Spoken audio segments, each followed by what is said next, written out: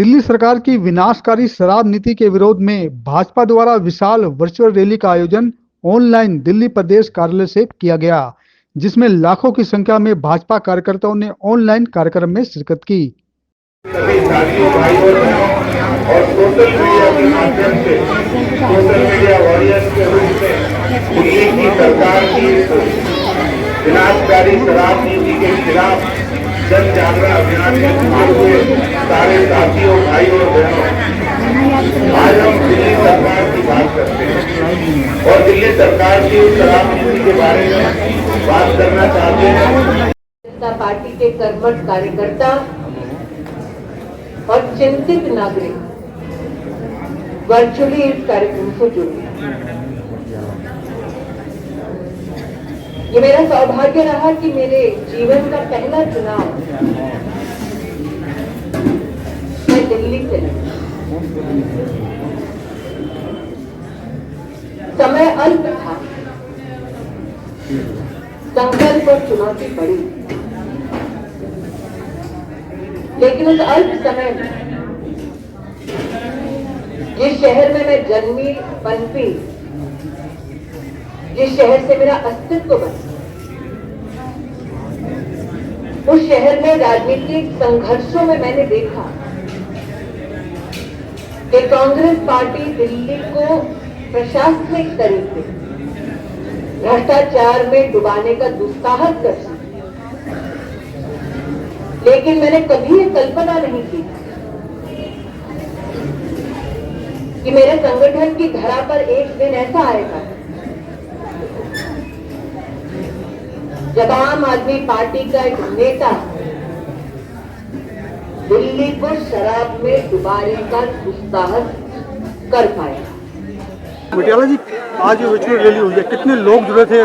कुल मिलाकर दिल्ली की बात की जाए तो आज जो ये वर्चुअल रैली है, इससे हमने जो संकल्प लिया था वो 1 करोड़ लोगों का लिया था, और मैं मानता हूँ अभी पूरा आंकड़ा तो मेरे पास नहीं है, लेकिन हो सकता है करोड़ लोगों से भी ऊपर ये चला जाए, 1 करोड़ से ऊपर भी जा सकता है, क्योंकि क्या घोषणा की, क्या बोला दिल्ली? आज स्मृति ईरानी जी ने जिस तरह से हमने जो सुना है, उन्होंने एक पॉइंट पर बात करी है कि शराब से घरों में क्या नुकसान होता है, बहनों के साथ क्या अत्याचार होते हैं, इन सारी चीज़ों को लेकर के स्कूल के साथ में ठेका खोलने से क्या बुराइयां हैं, और दिल्ली में 200-250 ठेके थे, आज 850 ठेके खोलने का काम केजरीवाल जी ने किया है।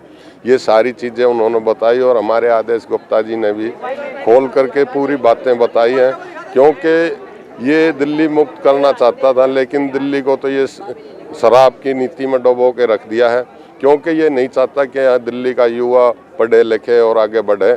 इन्होंने शराब की जिस तरह से दुकानें आबादी के बीच में खोली जा रही हैं, ये घरों के नज़दीक जो शराब के ठेके खोले जा रहे हैं, ये ठेके सारे कोई अच्छी बात नहीं है, क्योंकि हमारे जो युवा हैं वो भी वहीं रहती हैं, माता बहनें भी वहाँ से निकलती हैं, स्कूल में जाने वाले बच्चे भी वहाँ से जाते हैं। तो इन चीज़ों को तो आज से पहले जितनी भी सरकार आई, उन्होंने ऐसा कदम कभी नहीं उठाया। उन्होंने हमेशा ठेकों को स्कूल से, मंदिरों से, गिरजाघर से और जो भी धार्मिक स्थल थे या एजुकेशन के हब थे या स्कूल थे, उनसे दूर खोलने का काम ज़रूर किया।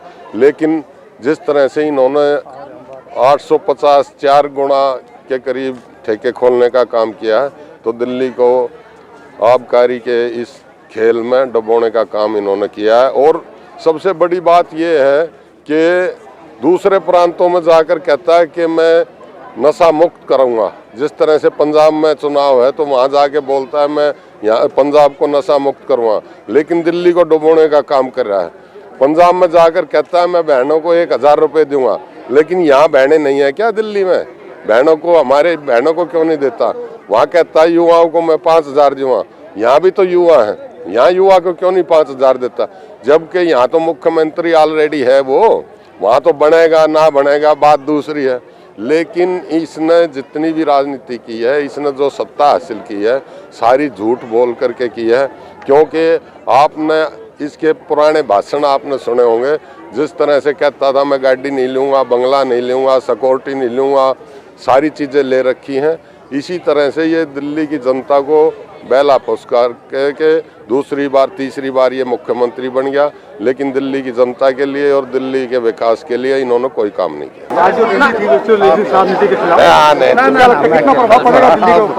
देखिए, आप देख रहे होंगे कि 1 करोड़ से ज़्यादा लोग दिल्ली में जुड़े हैं आज वर्चुअल मीटिंग के माध्यम से।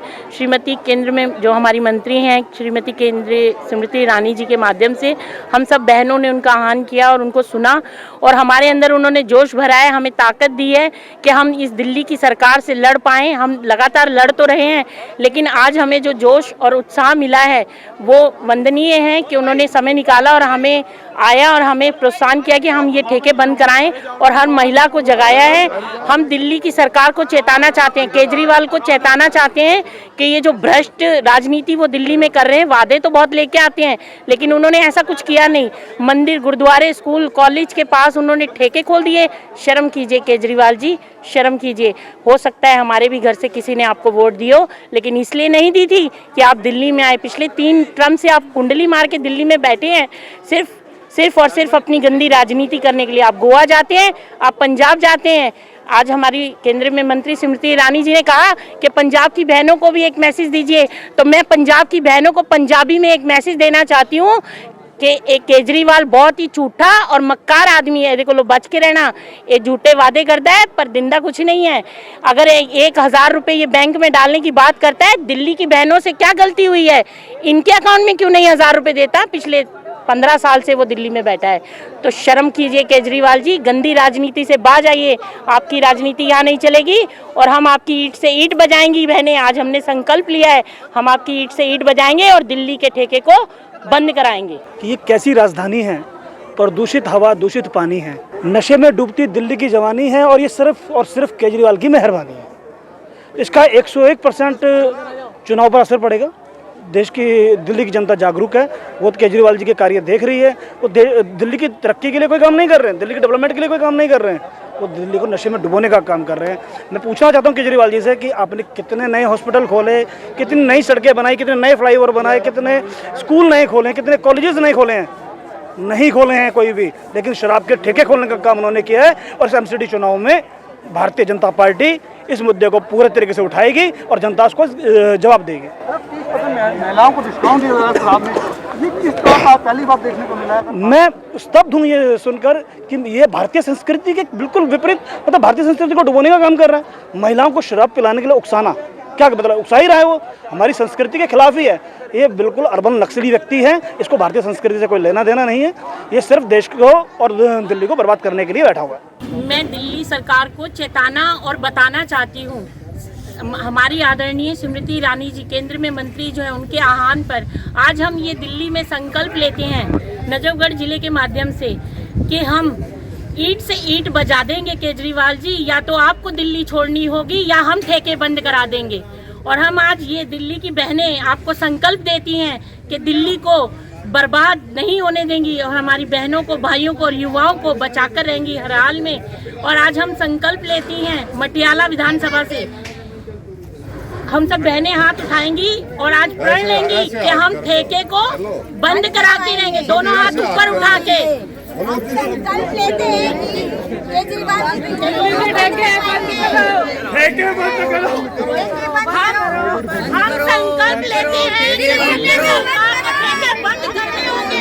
भारत माता की जय, भारत माता की जय, भारत माता की जय।